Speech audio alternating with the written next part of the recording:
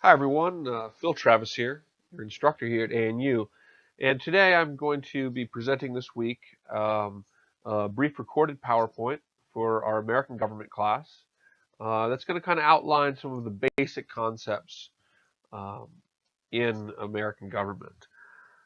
In some of these things we're going to revisit and come back to later in the term. This is just kind of an introduction, and I'm going to try to do these little recorded presentations each week. So government means basically the processes and procedures by which people govern themselves. And of course, there can be a number of different types of governments. There can be monarchy. Of course, the American United States government was formed largely as a resistance to the notion of monarchy, of divine right monarchy. One of the things that the revolution was motivated against during the 1760s, and of course when it occurs in the 1770s, was a resistance to an unrepresentative divine right monarchy um, dictating to the people of then the British colonies in North America um, how much they had to pay in taxes, who they could trade with, and so forth. So you have monarchy, you have dictatorship, you have totalitarian governments, authoritarian governments, you have confederacies, and you also have constitutional democracies. The United States is a constitutional democracy, which we'll talk about in just a moment. But people form governments as a way of organizing their societies. Government is integral to the smooth and efficient operating of any society. Governments are required to, again, like I said, to organize society, to create order, to create um, systematic methods for dealing with cases of justice, cases of finance and economics, of foreign policy, and so forth. And as you see pictured here, of course, the U.S. Capitol on the Mall in Washington, D.C. The Capitol, of course, is where the Congress is housed, the House of Representatives and the U.S. Senate. Government is a very important thing. And so in this class, this should be, to everybody, it actually should be a very interesting and exciting class because government matters to each one of you. And if you are a citizen, you all should be participating in um, in the United States government in some fashion, at the very least, voting. Um, it is an important uh, entity. It affects everyone's lives uh, from the tax policy, the taxes paid by the middle class versus those paid by the wealthiest, to issues of national defense, or in the case of the war in Iraq, more offensive um, style foreign policy endeavors. These all affect people's lives. Decisions on whether or not we should have unwarranted surveillance. I'm sorry. Um, should we have um, restrictions on the Fourth Amendment, which is the amendment that protects individuals from illegal search and seizure, unwarranted search and seizure, or the Fifth Amendment? All of these are, currently, to one way or another, um, these amendments are infringed, or I shouldn't say infringed, but I should say they are currently regulated by the Patriot Act, which has authorized certain degree of surveillance on the American people. It has authorized in certain cases a marginalization of the Fourth Amendment and also the Fifth Amendment right, which is the right um, to not be held in jail for without charges or without being heard, having charges heard by a judge. Um, Today, we have to consider these things. These are things the government is doing in the interest of national security, and they may or may not be right, but they affect Americans and they affect the nature of our society. So we all participate in our society, and because we participate in our society, we have a responsibility to understand it and to be engaged in it, and to try to promote what we believe is the most just and fair form of government. Of course, the government also issues of equality, issues of promoting the general welfare. These types of things are also items that the government can have a great deal of, or does have a great deal of responsibility um, in creating and leading. But the government acts as a voice of the people, and so the people should be the ones that ultimately um, are engaged in and directing their government. So it's important. We should care about it. it matters to us, and we should all be participating in some way in government, whether federal, state, or local. The United States federal government, we are a constitutional democracy, or you might say a representative republic. And what this means is that we have a constitution, and as you see at the bottom of the page, the Constitution is designed to structure the government, to regulate leaders, and to prevent abuse. And so the Constitution is a blueprint. It is a framework for the operations and running of our system, which again it's not a system that's centered on religious ideas or divine right monarchy.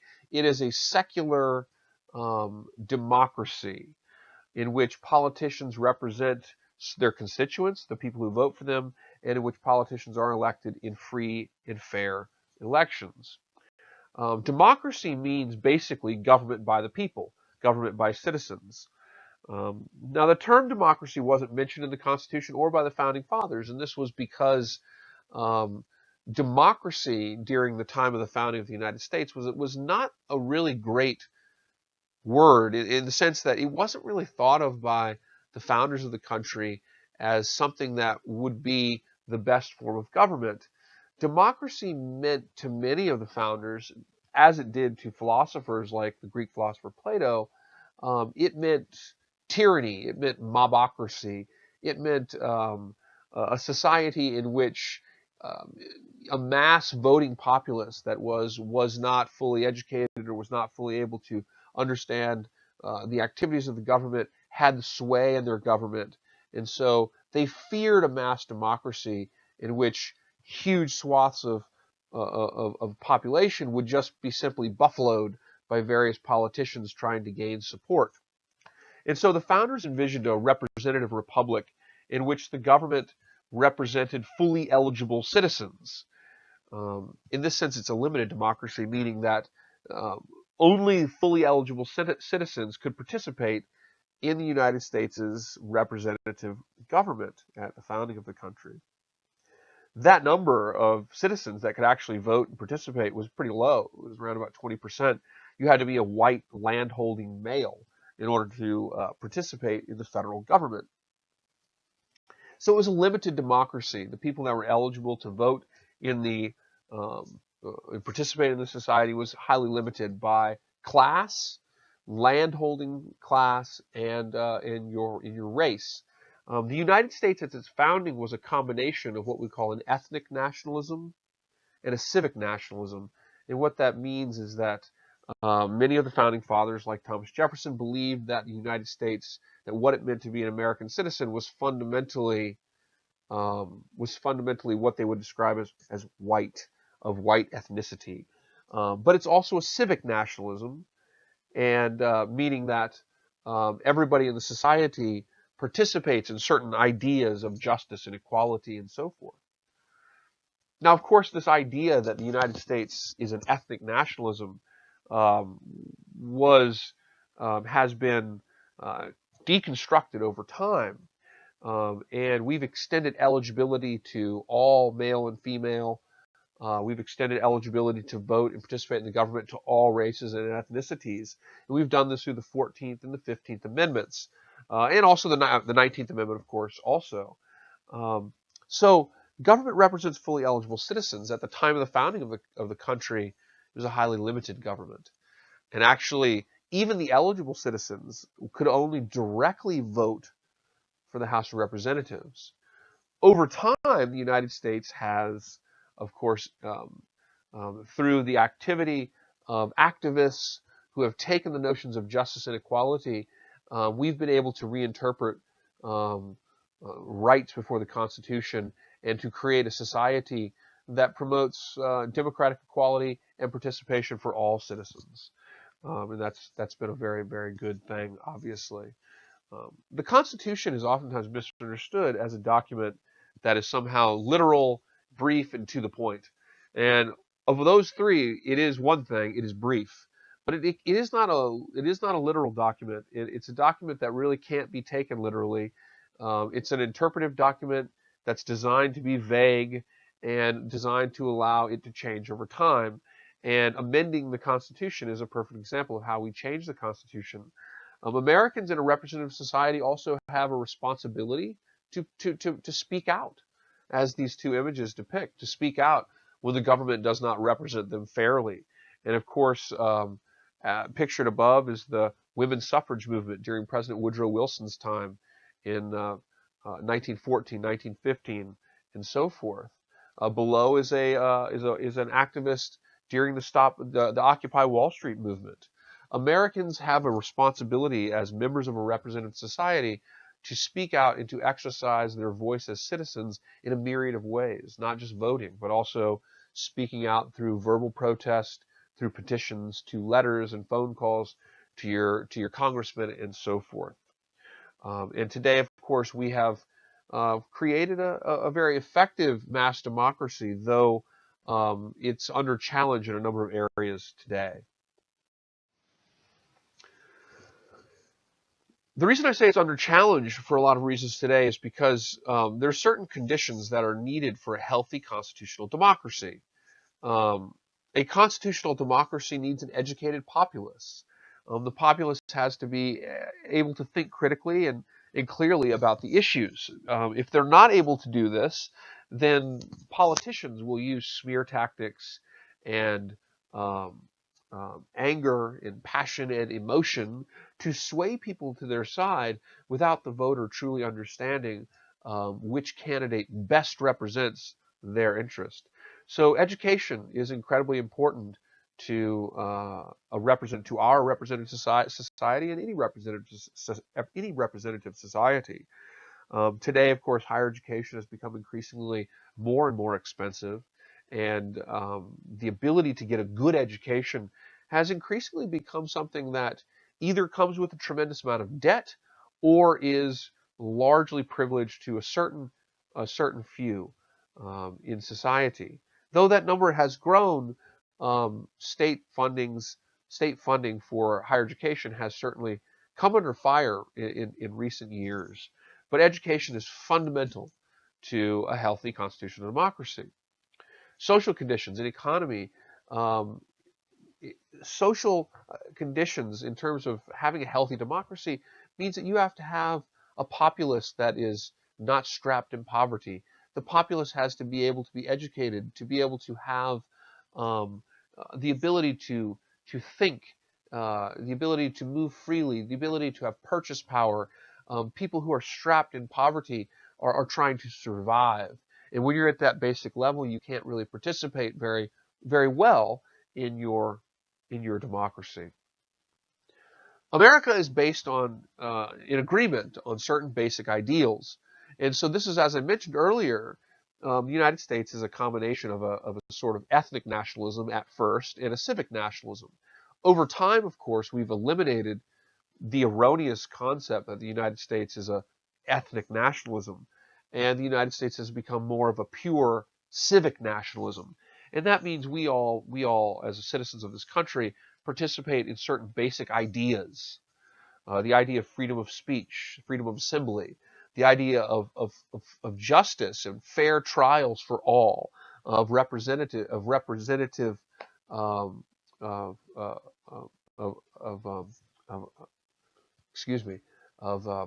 being represented at a trial by a legal professional, being free from illegal searches and seizures, being free from being imprisoned without charge, basic ideals in the country that we hold true. America is a country that is founded on the concept of liberty, of individual responsibility and rationality. It's also a country that is founded on the idea of equal opportunity. And one of the big ideas we'll be talking about in this class is, should the government be responsible for assuring an equal starting line for all people, so that there is true equality of opportunity rather than the society merely privileging the privileged. I have down here at the bottom and in the image the preamble of the United States Constitution, and this really sums up what the Constitution's job or duty is, and you'll see how vague it is: to form a more perfect union, establish justice, ensure domestic tranquility, provide for the common defense, promote the general welfare, etc. The Constitution is vague and interpretive. and it has many implied clauses. And founding fathers like, for example, Alexander Hamilton, who was George Washington's Treasury Secretary, believed very much that the government could do a great deal of things that were in the interest of promoting the general welfare. And for Hamilton, this included things like creating a U.S. bank. He believed that general welfare meant creating whatever laws were necessary to create a harmonious and thriving American society. So um, the Constitution is not a literal document in which it only says what it says and nothing more. Instead, what it says, as you see in the preamble, is fundamentally interpretive. And over time, it's designed to change through interpretations to fit new situations. And that's why it's been so long-lasting in the country. The last slide that we'll talk about is just the basic structure of the United States system. The United States is a federalism. It was at the very founding, from 1781 to 1789, it was actually a confederacy. This was under the period of the Articles of Confederation. But the Articles of Confederation failed miserably. And after that, the United States became a federalism. And federalism is a term that refers to the nature of the interactions between state, local, and federal governments. And to oversimplify a little bit, it means that the federal government is ultimately the final unifying authority in the country, and that states and individuals ultimately are below, in terms of fundamental powers of the country, the federal government. And that's why, for example, if the federal government deems that it's a violation of individuals' constitutional rights for states to deny the rights of same-sex couples to marry, that the federal government's authority on that trumps the state government. So it's a federalism in which the federal government is the primary unifying force of state and local governments within the country. Now, it doesn't mean that the states don't possess certain powers that are unique to them over the federal government. It just means that the federal government is the final unifying force. By contrast, the Confederacy is a system in which the states, the individual entities, are the primary unifying force. And the United States did try that. It had great difficulties with that because of difficulties with creating a unified economy, with difficulties guaranteeing unified trade agreements. It was very difficult. Taxation, national defense, all of these were huge difficulties under a confederacy because the Articles of Confederation period was basically a period in which the states could really pick and choose the degree to which they recognize certain powers of the federal government.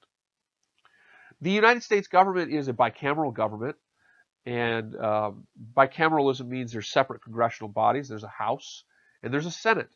And it was chosen this way actually by the founders because it would provide some popular representation. The House of Representatives at the founding of the country was the only directly elected body, but it would also be limited, so that it would limit the mass populace, so that mass democracy did not hold sway over the government.